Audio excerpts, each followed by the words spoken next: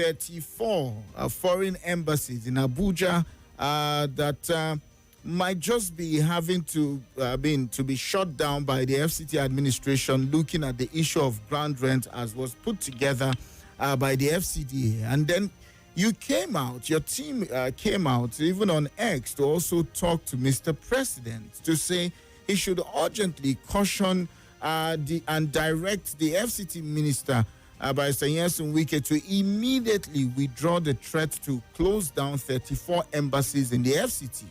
You also went on to cite Article 22, Paragraph 1 of the Vietnam Convention states on the premise of this mission. Also, you cited Article 22, Paragraph 3. But then again, one would also say, have you also looked into the Land Act and how these things can just be married together? Because that's what it looks like. The defense from the spokesperson of the Honorable Minister is also putting forward this morning. Why are you looking at it from that point? And are you looking at it from the point of our relationship with them on the issue of ground rent? Thank you very much. I think it's very important, the question you asked, to clarify that first. SERAP is not challenging the basis for the demand of payment of ground rent by the FCT administration. That is not the purport of our advocacy.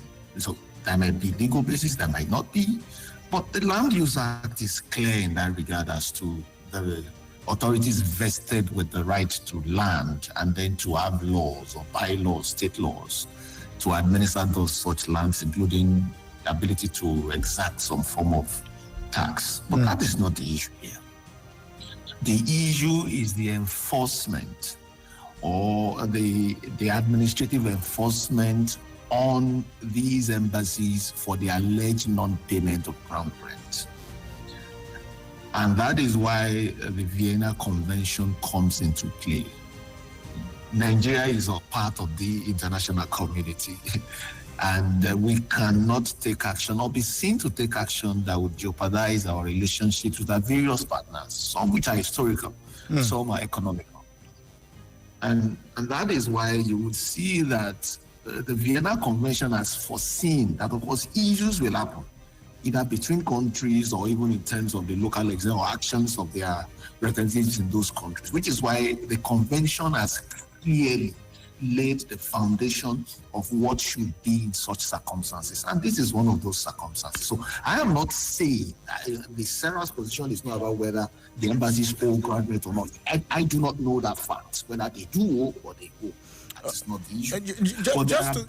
Just to bring you up to speed quickly on some of that. In fact, some of the embassies have even come out to also caution to say no, that they are not even owing, such as the Turkey embassy, and also I think Russia also came out to say no. Check your record. There must have been something. There must have been an error in that. Yeah, it's very possible. And so there are better ways to handle this. So, and this issue, as it pertains to the embassy, it's not about payment of ground rent. It is a diplomatic issue, and there are diplomatic ways to handle it, which is what should happen in this instance. So you can imagine the threat, I want to call it a threat, which I doubt is going to be allowed to be carried out, to shut down or invade the premises of the embassies. Of course, even if a crime has been committed, a non-payment of tax, you can say that's a crime, there are other ways to approach the issue and to resolve it, to reconcile those who have paid, those who have not paid, and to get them to pay. But invading the premises of the embassies or shutting it down or trying to levy execution, as for the judgment of court, of course, is not only unlawful, it's going to create a cascade of negative consequences that I'm sure both the minister and even the president does not want. And that is the issue. And this is so standard, it's so basic in law, that it is well known that I don't think any public officer, whether highly or lowly placed, would say he or she is not aware of these rules. As if you may not be necessarily aware of the Vienna Convention, but these are rules that have existed for years. which is why in this instance, we had called on the president to ensure that reason prevails in this instance and that the minister does not go ahead to carry out the threat he has made. Mr. Kola, let me quickly refer you to a tweet by Mr. Larry Olayinka.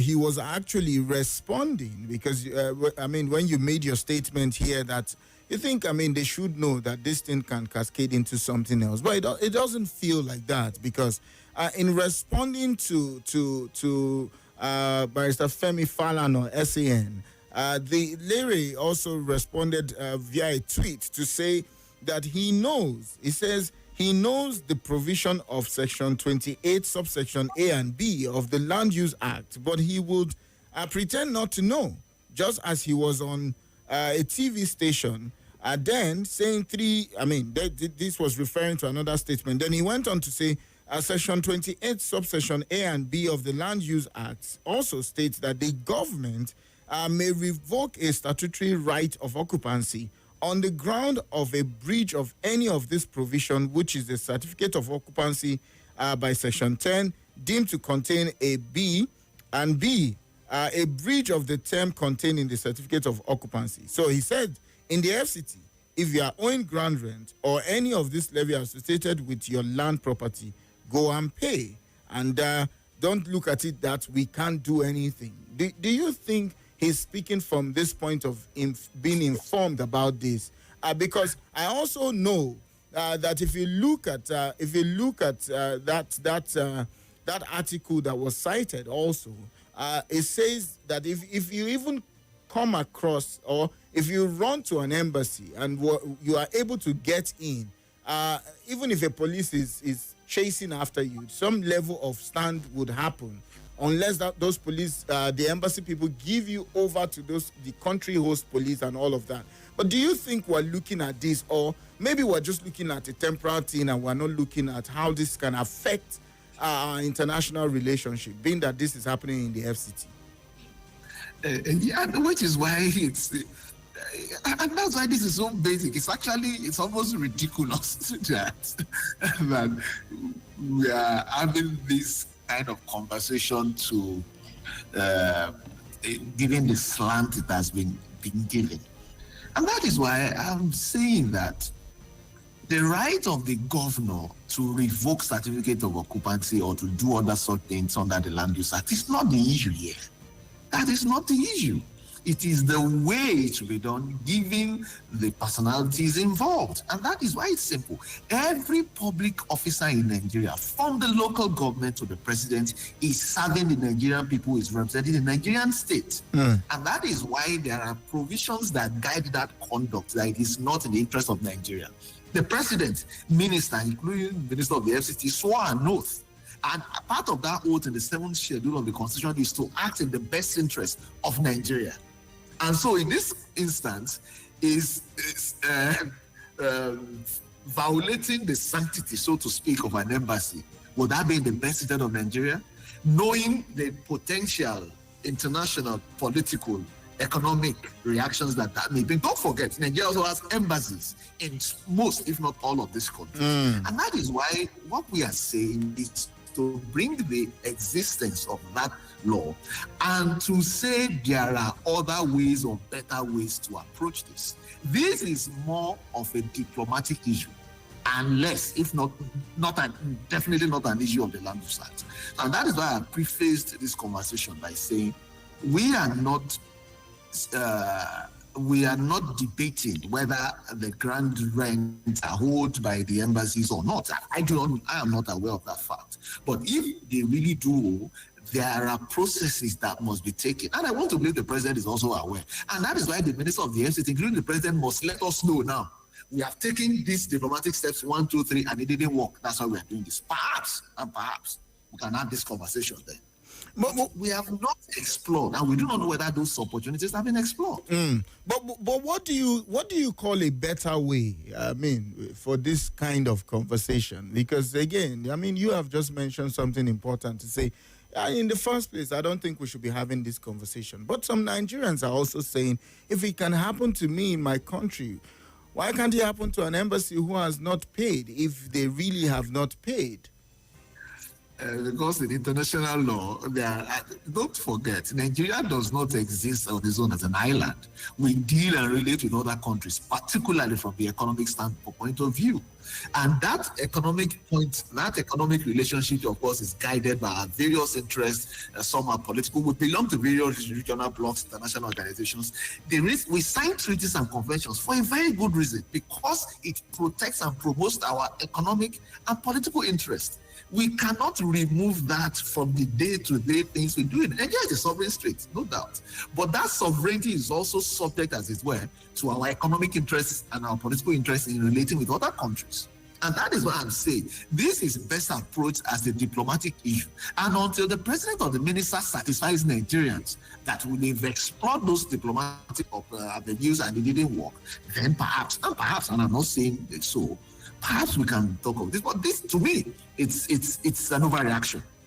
And which is why what would happen if this threat was carried out? The common sense question that will come out is, why did Nigeria take these steps? And they tried to explore other diplomatic avenues to resolve this.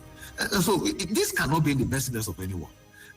To shut down an embassy or invade the premise of an embassy on the allegation that ground rent hasn't been paid. There is no way you look at it that is going to be in the interest of Nigeria. There is no way you can explain that is in the best interest of Nigeria. I mean, just listening to you and talking about no way it will be in the best interest of Nigeria, I decided to also take a look at some of the embassies that are included. I mean, that they have also termed as the 14 embassies, which also include Ghana High Commission and Thailand, Cote d'Ivoire, the Embassy of Russian Federation, Embassy of Philippines, the Royal Netherlands Embassy. I'm just wondering, also given the fact that a lot of African countries not looking outside now, regard us as big brothers, do you think we're getting big in such conversations? I don't know what you mean by so when you say big brother, well, you're getting big. I don't know whether you mean that in political terms, in terms of political influence. Oh yes, I mean yes, I mean in political terms. I mean if we're having this conversation, I mean Ghana is if you look at it well, a Ghanaian is as good as a Nigerian, even if you look at even the land and how we get there and how they get here and all of that. But does this conversation put us as that giant that we are? Which is why we are sounding the note of caution in this instance. There are better opportunities. I don't have to lay them out. I will be glad if you can lay some of them out, because just maybe we're not also exploring that. Like you mentioned earlier, how many options have we explored to even put out this? So maybe we've not explored some very much diplomatic options to say, let's look at this thing. How does it feel? How does it look like? How does it make us look? Even our people who are in some of those countries, what will be the reaction to them there? How do they view this decision? Yeah, and that is why it's very important, if we really want to live out the perception or assumption, as you said, that we are big brother and we are to be taken serious at all in the international community, we need to handle this with the required tact and wisdom. Again, the issue is not whether these embassies or not. If, of course, investigation shows that there are better approaches to it. Nigeria has embassies in most, if not all, of these countries. Have there been opportunities to ensure that these have been communicated to the hierarchy, to the highest hierarchy of that country, to ensure that this is resolved? Perhaps, and I don't know, that might have been, but we have not heard either from the minister of the president that these has been done. We don't want to start a diplomatic or international round because somebody feels that we should just enforce the laws that we have. And nobody is saying we should. They can't break the laws, but there are ways to deal with it. And that is, if this is not something that could be an issue, why do we have a whole convention and Article 22 that has seen that these kind of things can happen and has set that standard. And we've seen even history hasn't been kind to those who have taken actions that impact on other countries. We have embassies. For instance, I'm just saying, I do not know. I'm not saying this will happen. Imagine we take these steps and it leads to levying the exclusion of shutting down an embassy. What do you think is going to happen to our embassies in those countries? And we don't want that to happen. And I've mentioned the political consequences, and we have not even looked at the economic consequences in terms of bilateral trade agreements and the likes with some of these countries. I do not know. I was going to go there with you, but you left a lacuna in the question. Because some of those issues should be considered. And it doesn't mean that these embassies should not pay. That is not the point. I am saying there are better ways to ensure that they are paid. And the onus is on the minister and also to the president who has appointed the minister to show and prove that we have taken those steps. And it is because it did not work is why we have not had that from either the minister or the president. And I'm sure there are many people who would weigh on this, not in terms of advocacy, but to ensure that logic prevails. We have a minister who is tasked with relating with the international community to ensure that this does not happen. We have ambassadors in these various countries to ensure that Nigeria's interest in those countries are protected and promoted as a sort of symbiosis. So when we take this kind of action, what does it say about us? And how is it going to help our relations with those countries? You cannot tell me that it's going to make us look good. Yeah, there is no way it's going to look good. Let's look at the economic side of this. I mean, you remember very well when the Ukraine and the Russia thing started, and also how it impacted on the wheat market for us here in Nigeria and all of that. Just to imagine, if we say we go ahead and say maybe the Russian embassy in the FCT, for example, not also conceding to say they are owing ground rent, and we put a seal on their embassy, what do you think the economic repercussion will look like? Just a wide imagination. And that's the thing. You don't want my imagination to start. I will want it to start. See on the streets, the imagination won't want me. Don't let my imagination won't be in this instance. Of course, your guess is as good as mine. I do not have the figure of the volume of trade Nigeria does with Russia at the tip of my now. I do not have those figures, but those can be easily researched. And that is why for some of those countries, if not all, we would either have a political relationship with them or an economic relationship. And both can easily be tied, actually. Sometimes some of these political relationships are actually economic in terms, and they are also economic relationships, commonsensically will be political relationships. And so, without even knowing the figures, which I do not know now, it's not going to look good. It's going to affect relationships, it's going to affect trade, and it's going to have a ripple effect where we would have to start trying to smooth down the edges that these kind of action, if we do go ahead, will cause. And so the purpose of this conversation is not to justify or excuse these embassies breaking the law if in fact they hold and if not paid.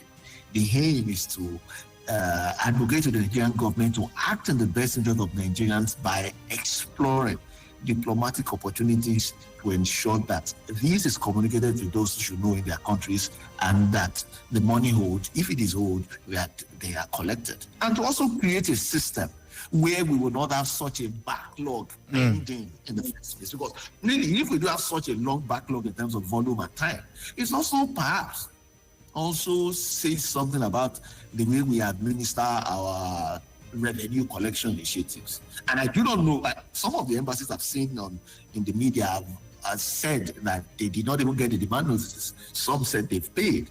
And so I don't want to go into that argument about whether those are true or not. But even if these statutory payments are owed, I do not believe that taking any action that would breach the sanctity of diplomatic immunity conferred on these embassies would be the right thing. At least not until we've proved, and the proof is the Nigerian people who will be adversely affected by all these things, that other avenues have been explored and they've failed. I mean, if we take Russia, which we have used as an example, in 2021, Russia's export to Nigeria totaled about $883.39 million US, which is main item in mineral fuels, oil, and also some product. In 2022, was 39.1 million US dollars. In 2023, was 10.02 million US dollars, according to the United Nations Comtrade database with that report. Let's go to WhatsApp and have you also join in the conversation. 0700 951 0000. WhatsApp is 00 30137. This says, good morning, Effizy and the SERAP DD. Okay, I don't have much to contribute, but specifically to thank SERAP director in the studio. We have been seeing and following all you do to help our country, Nigeria. You have my support and my support all the time. Right thinking Nigerians in all you do and still doing. Thank you. God bless you all, SERAP team. And it says, amen. This is Daniel from River Park in Lugbe. We'll take one call before we go for a quick break. 0700 951 0000. WhatsApp is 00 999 30137. And we're talking about some of these embassies. Their risk is shut down if there's no intervention done, or if they don't also pay their ground rent, allegedly, because some of them has also come out to say, no, you should check your record very well. I think we have paid. Maybe there's an error in your record and all of that. So join on the conversation this morning to let us know, what are your takes on it? Do you also agree with my guest this morning who says, this it will not in any way look good, and you don't also want me to know what your imagination about some of these things are. Also looking at it from the trade point of view, to say it might not just put us at that top, that peak where we stand. When you say Nigeria, the next thing that comes to mind is to say giant of Africa. Will that make us maintain that position? Let's listen to this voice note. Good afternoon, sir. My name is Ugochukwu from Abuja, Kabusa to precise. What I have to say concerning this embassy that Wike is having issue with, why some people are saying they should not see their embassy. My dear, somebody has to do this job. If our embassy are paying in their own country, why can't they pay? In fact, for me, those countries, they need Nigeria more than we need them. They need Nigeria more than we need them. If our leaders can come together and do the right thing, for me, I don't have any issue with what this Wike is doing. If they are hoeing, you are hoeing, then go ahead and pay. If you pay, there's no need to see the embassy. They should go and pay. Thank you very much. We should join hands together and let this thing better. We should not take because of his relation Wike. Then we will not do the right thing. Thank you. All right, we hear you. Mr. Kola, let's run for a quick commercial break, and when we come back, we keep up with the conversation.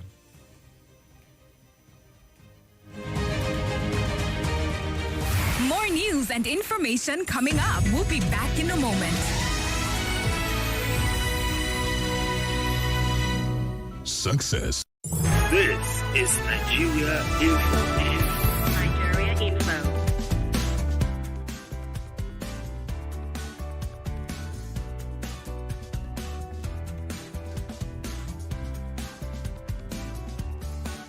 This is Nigeria Info.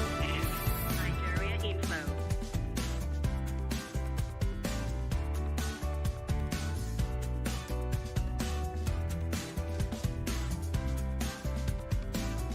This is Nigeria Info. Nigeria Info.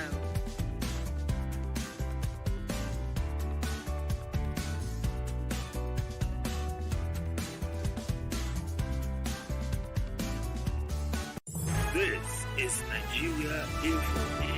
Nigeria Info.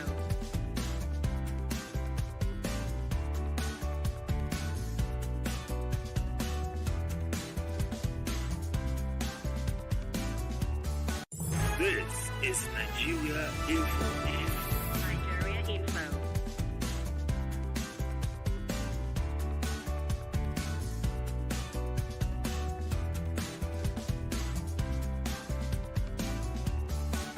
This is Nigeria Info. Nigeria Info.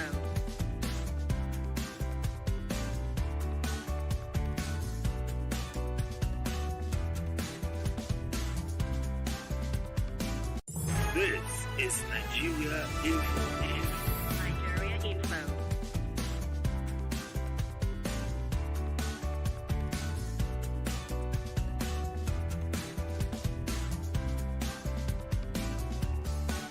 This is Nigeria Info.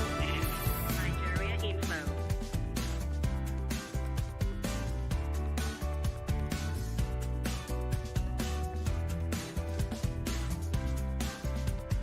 This is Nigeria Info.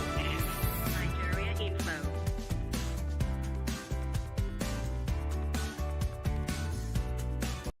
This is Nigeria Info. Nigeria Info.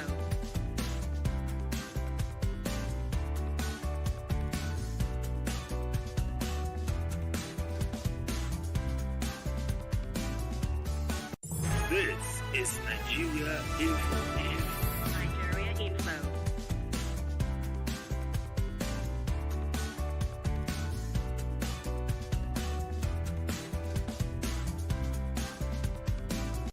This is Nigeria Info. Nigeria Info.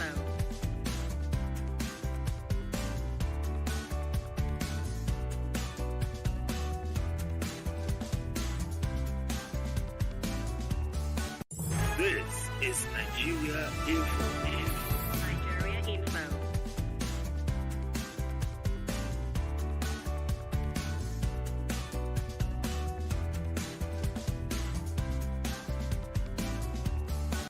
This is Nigeria Info. Nigeria Info.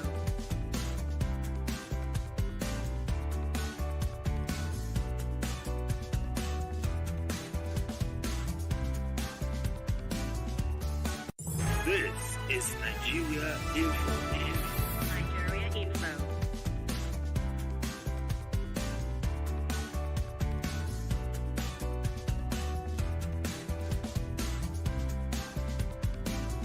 This is Nigeria Info.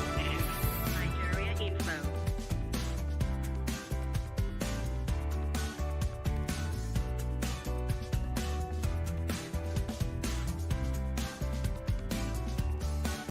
This is Nigeria Info. Nigeria Info.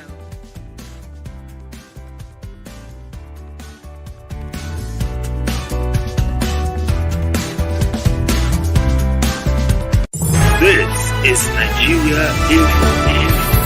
All right, welcome back. It's 10:29 Nigerian time, and still having a conversation with the Deputy Director, SERAP, this morning. And we're talking about ground rent issue as it affects some embassies in the Federal Capital Territory. And then we see some of your messages here on WhatsApp. And if you can't get us on 0700, you can also call the WhatsApp portal or drop a voice note there. Let's take this one. Good morning, Sir L. Good morning to you. This is Stephen Doroson from Kubwa. Okay. What's happening in Abuja? I love the way our guest has been speaking. That is constructively looking at what is going on. And I feel sometimes our leaders do things in rush. So without sitting down and looking at it critically in a way that we will not in future regret, just like what our president did when Niger coup issue was trending. He was in a rush to make statements. So I would want to say that the best approach will be to first of all negotiate with these people, talk with them, dialogue with them, and know why they have not made payments. And if they have truly not made payment, when are they going to pay? So that it will be resolved amicably, other than shutting them down, which will in turn affect our people and our embassies in their own country. Thank you. All right, thank you, Stephen. We hear you. Let's take this. Good morning to our guests in the studio. Good morning, Abuja. I'm sending this recording from Bagwalada. My name is Tom Shinengodi. My take on this is that, yes, the Minister of FCT, maybe the approach may be too harsh, given the nature of those offices. But the idea of every person should pay for his own ground rent is very important. So it is important that all those embassies paid their ground rent. They have been also receiving money from Nigerians through other means. So they should be able to pay for ground rent. Then lastly, I also want to, since officials of SERAPs are there, we really appreciate the work they are doing as a body. They are really, really doing a lot of work. We have been following them. But what I want to also ask them to help us is, even though manpower can also be a constraint, is that they should find a way to follow projects of government, how they are implemented. We need to know if any money is released for a project, we should be able to know if that money was actually used. If it is not used, they can let Nigerians know. Even if government cannot take any action, but Nigerians should know that money was released for so project, but it was not implemented. Thank you. All right. Thank you. Mr. Kola, did you hear the caller there? No, I really. Oh, okay. Apart from his point, he was also appreciating the job that you and your team are doing, and he says you should do more by following all government projects. I thought to just help him. Amplify that question. Keze here on WhatsApp says, Effizy, there are better ways the federal government can handle this ground rent diplomatically with the embassies without this media hype. Well, I believe the issue is dead on arrival. That's what Keze is saying. Let's take this call. Hello, good morning to you. Great. I just want to confirm if Mr. Kola can hear you. Mr. Kola, can you hear him? I can't. At all? At all. You might need to call us back. I want Mr. Kola to be able to hear you. Call us back. And Tom Kennedy here says, good morning, Sir L. and Mr. Kola. Your guest should take back his mind to 1984 when something close to this happened between Nigeria and the Britain. The Britain got approval to build their visa office on Awolowo Road in Lagos in order to ease traffic on Marina. The embassy proposed to build the visa department to Awolowo Road in order to decongest the main embassy. They built the 3-story building and moved in. The same day they started operation, it was shut down by the military government of the time. Reason that the building was too close to the Dodam barracks, and I am sure your guest knew what the action cost Nigeria. Tom Kennedy had that to say. Mr. Kola, do you remember 1984? Just to say. No, unfortunately, no. My knowledge of the diplomatic issues in 1984, I think, is limited to the DICO affair. It's okay. Which I'm not aware of this instance. Let's take this. Hello? Yes. Clear now. Mr. Kola, can you hear him? A bit faintly. Good morning. I can't make out the words, but I know someone is speaking. Okay. Go on. Thank you. God bless you. This is Adeomi Daniel calling. You're welcome. Kudos to you, SERAP group. On the issue of this kind, President intervened when Mr. Wike declared some offices and complaints that will be shut down. He gave them 14 days ultimatum. I think the 14 days as a last. What is going to be the next line of action? And secondly, Mr. Kola, I want to ask you a question. You people are trying. Why is it that you have a lot of cases with all these our politicians, but a lot you people didn't win? Does it mean there is no strong lawyer or there is no evidence?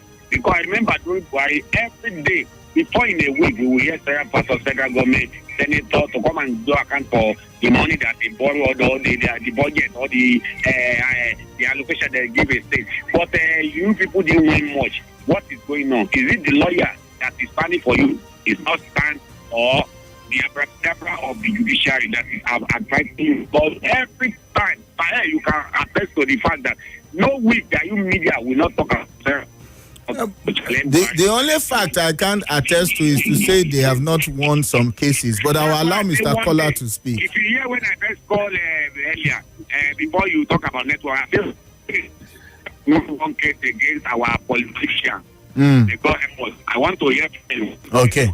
That's not winning case. Okay.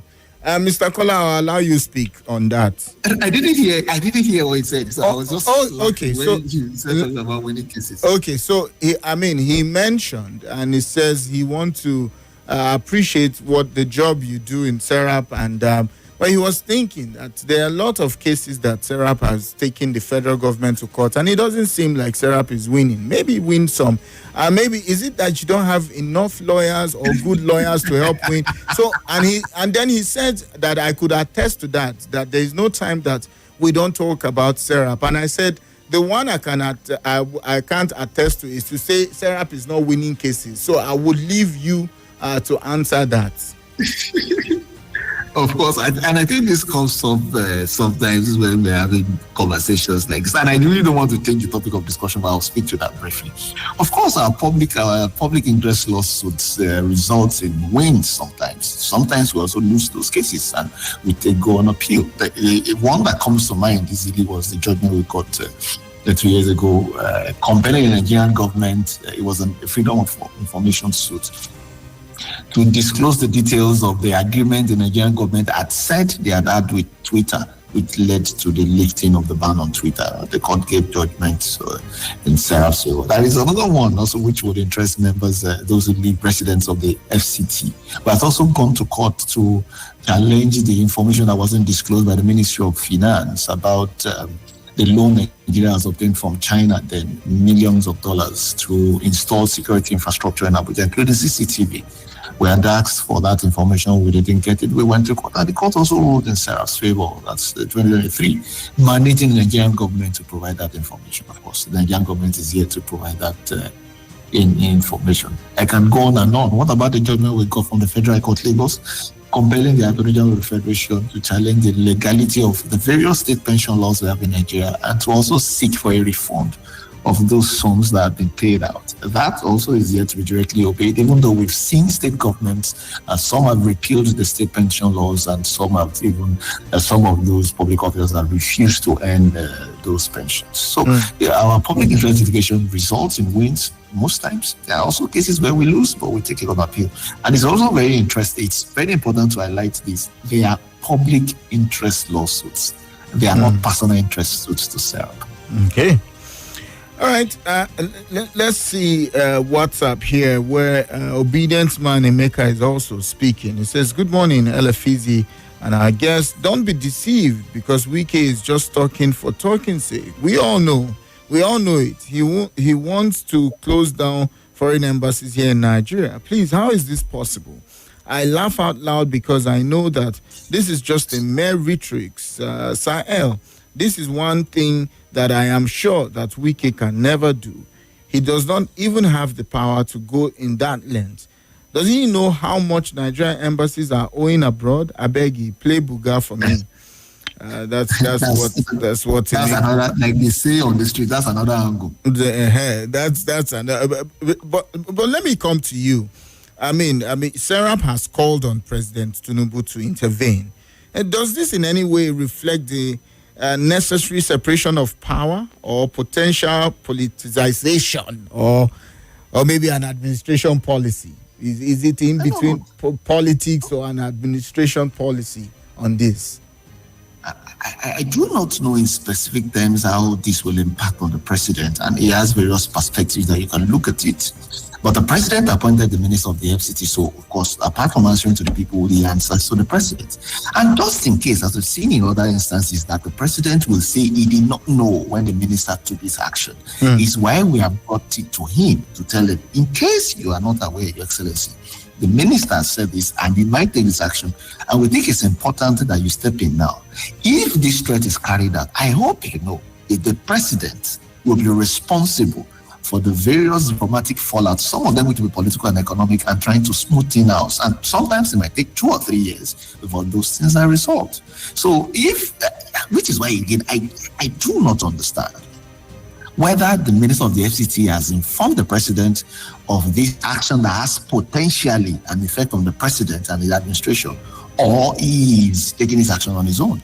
But now that the President is aware, I do believe, and I surely believe, that the President will act in the best interest of Nigerians and ensure that the Minister toes the line of the rule of law, which includes adherence to treaties and conventions that Nigeria has ratified. But I'm just thinking, because when we started our conversation, you also mentioned about the Minister of Foreign Affairs, who is saddled with some of this relationship and this duty, and also ambassadors as well. Do you think if we have a centralization of ground rent record being kept under the Ministry of Foreign Affairs, would improve clarity and reduce friction between diplomatic missions and the FCTA in this case? I'm struggling to see whether that would help. But you see, and this is why Mr. Kola, why I'm also saying that is that when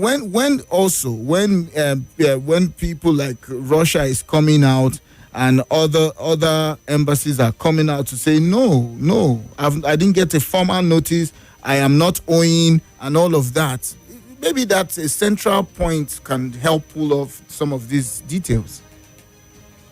And this also speaks to the transparency and accountability mechanisms in the various ways we administer in Nigeria. And this is just an example of what cuts across, from petroleum to even getting a driver's license, various administrative issues. Mr. Kola, don't mention driver's license. Nigerians might not be happy right now because, And that is why the process must not only be simple, it must be transparent. People must know. So the process does not only need to be simple, it must be clear and open.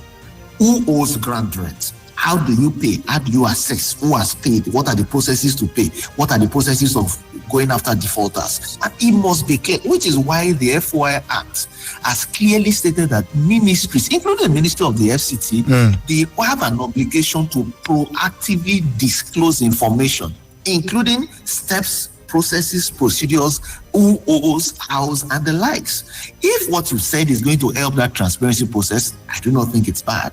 But if we do not even know the status and what of things now in terms of the procedure, how are we going to improve it? Perhaps what you are saying is already happening. I don't know. And that speaks to the transparency aspect of governance. And we do not even want to talk about the accountability processes, which to me is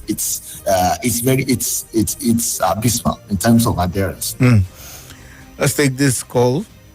Hello, good morning to you. Yeah, good morning, please. Yes. Yeah, I believe what is the problem with FCDA is that they do not give bill to people. Normally, if you want people to pay, you send bill at the beginning of the year. Just like water, a board will send you bill of what you are owing. But the FCDA does not give grand bill. And people don't even remember. It's not much. The amount is not much.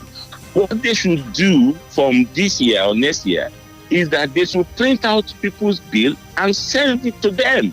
These embassies do not have to go remember that they have to pay bills, but when the bills are not submitted. The same thing with individuals. So the individuals or houses or everything should have to receive their bill, and if you don't now pay the bill, then you can be penalized. Honestly, many of us do not even remember that we need to pay this money after paying for some time. So I think we need to let the minister know. But isn't that also an accountability issue? Do we need to remind people to pay their taxes or also pay their ground rent? No, it's not. It's a bill. It's a bill, and you tell people this is how much you are owing, and you send the bill to be paid. Do you know how long it takes? Some people spend 4 hours queuing up just to know how much you are owing.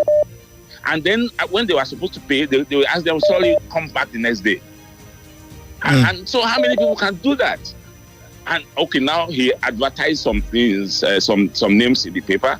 Some of us went there. They say, oh, anybody with federal government says you go. We are not paying attention to you now. And then I told them there, the 14 days you have given will surely expire. Don't say we didn't come because we have come, you didn't pay attention to us. So there's no transparency. Let this bill be printed every year and sent to the house. If they have houses. All right. Thank you, sir. Then including the embassy. So that is my suggestion. Thank you very much. Thank you. I appreciate you. Mr. Kola, just before we go to the next call and the next caller here, I want to know SERAP's position in this. I mean, let's say if the FCDA follows through with enforcement and this sparks some diplomatic backlash, would SERAP be holding the Honorable Minister accountable or blame the failure of federal oversight? Just thinking. Of course. The minister will be responsible and we will hold him accountable. And every Nigerian should do that and will do that, including the president will also be accountable. Because don't forget, it's very important. If this leads, if this has political and economic consequences, we will all collectively bear the brunt. That is what it would mean. And that is why, as part of our participation in governance, which should not be limited to voting every 4 years, we also praise government when it does well and call out government when it doesn't do so well. And in this instance, we are saying Sarah's position is that there is a better way to approach this in the interest of Nigerians. And if, of course, this is handled wrongly and there is a fallout, and I'm sure the president will be like this. Really, come on, how is he going to explain this to the members of the international community, to his Ghanaian counterpart, for instance? How is he going to explain this to his Russia counterpart? Which is why I do not believe this is going to allowed to proceed now that the president has known about it. But if this does proceed and there are consequences, of course, like we always do as citizens of Nigeria, we will hold both the minister and the president accountable for not acting in the best interest of the Nigerians, as both of them have sworn in the oath of office. But then how do we hold diplomatic missions accountable when they also violate international law or cause a strain in foreign relationship in this regard? I do not know, and I do not think the minister has not informed Nigerians of the steps that have been taken to resolve this diplomatically, particularly since some of the embassies are denying that they owe and that they, according to them, they have evidence that they've paid. And it's quite also alarming that we have people who have defaulted for 11 years. How did we allow this happen? And do we have information that we have requested and demanded in the past 11 years and they did not respond? Which is why, so again, this is not as clear-cut as it appears, which is why, again, we need to handle this with tact and diplomacy. Even issues that are not these, even issues of local politics has been handled with much more tact, how much more of these that has potential negative economic consequences for Nigeria. Let's go on to take some calls, then we'll allow you to enjoy the rest of your day. Hello, good morning to you. Hey, sir, Effizy. Yes, sir. Good morning, sir. Good morning to you, sir. To Ogakola, our guest, sir. This is on a lighter note. When he mentioned the driver's license, it was like somebody took my hand and put inside NEPA transformer. That's why I quickly told Mr. Kola not to mention driver's license. Remember, it took almost 2 years now. Maybe I left the office now for me to pick my license. Yes. Almost 2 years. Yes. Driver's license. So that is but for me, sir, these embassies need to pay. I don't know what they mean by, in case there are consequences or economic or whatever consequences, diplomatic, whatever, in case the FCDA decides to go and seal those places. So these people collect monies for visas, and you know that somebody doesn't qualify for something, you pay for those visas. We've been talking about refunding money for people you did not issue visa. This thing has become a revenue generation for these foreign missions, for these embassies, especially embassies. Where people line up, you collect thousands of applications from people. You have only opportunity for less than 100. I'm just giving an instance. For a year, you collect thousands and you collect monies from all these people. Now issue visas to only 100 people and that money is gone. So they can't just make us. They need to pay that particular money for that space that they're occupying.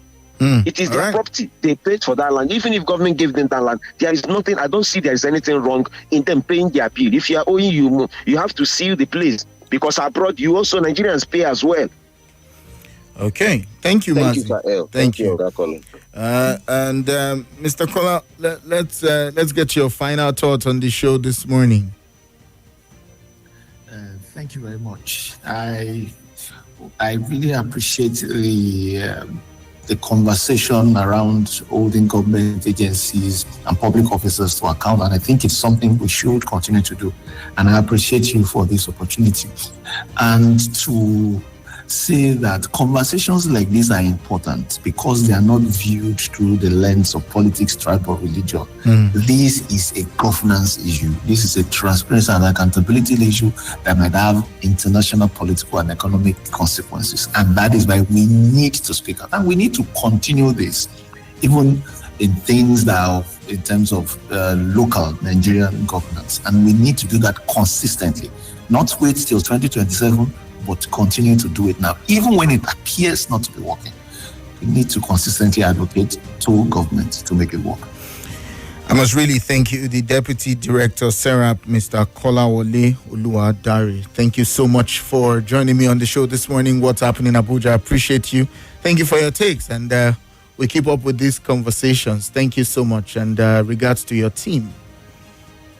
Thank you. All right, Abuja, that's the much we can take with Mr. Kola this morning. But let's take on some calls here also before the commercials. Hello, good morning to you. Hello, good morning, the billionaire. Yes, sir. I greet you. I'm the God of Kola from Lisa. Donato Kola from Niger State. I just want to ask. I believe Wike is doing a good job, but that work is not his work. I will have directors in charge of those revenue. What are they doing since?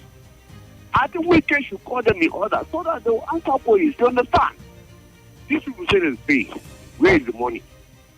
Where is the evidence that these people pay the ground rent? You understand? You just don't look at them and do as if you're not seeing them. They should be called to order so that people don't really repeat them again. That's my take. Thank you, and God bless Nigeria. Thank you. I appreciate you. Hello, good morning to you. Okay, nobody there. Let's go to WhatsApp. If you see anyone, okay, none that I see here. Anybody calling us, if you can do 20 seconds, we'll like it. Hello, good morning to you. I will not spell to that. Thank you. This caller, if you are listening, can you help me charge Malami to court over Abacha loan? 3 times under Muhammadu Buhari. Sarah, please, he don't have any cover. Why will cover him again? There is no immunity for Malami. Let's know. Abacha wife said something how many days ago. We want to know where the money is. Okay. 3 times, Malami was the one who was secretary on behalf of the to collect how many $1 million. So hey, remember vividly. Yeah. Malami told us. But you can actually write to them, or I need to run. More talk, news, and sports after this. This is Nigeria Info.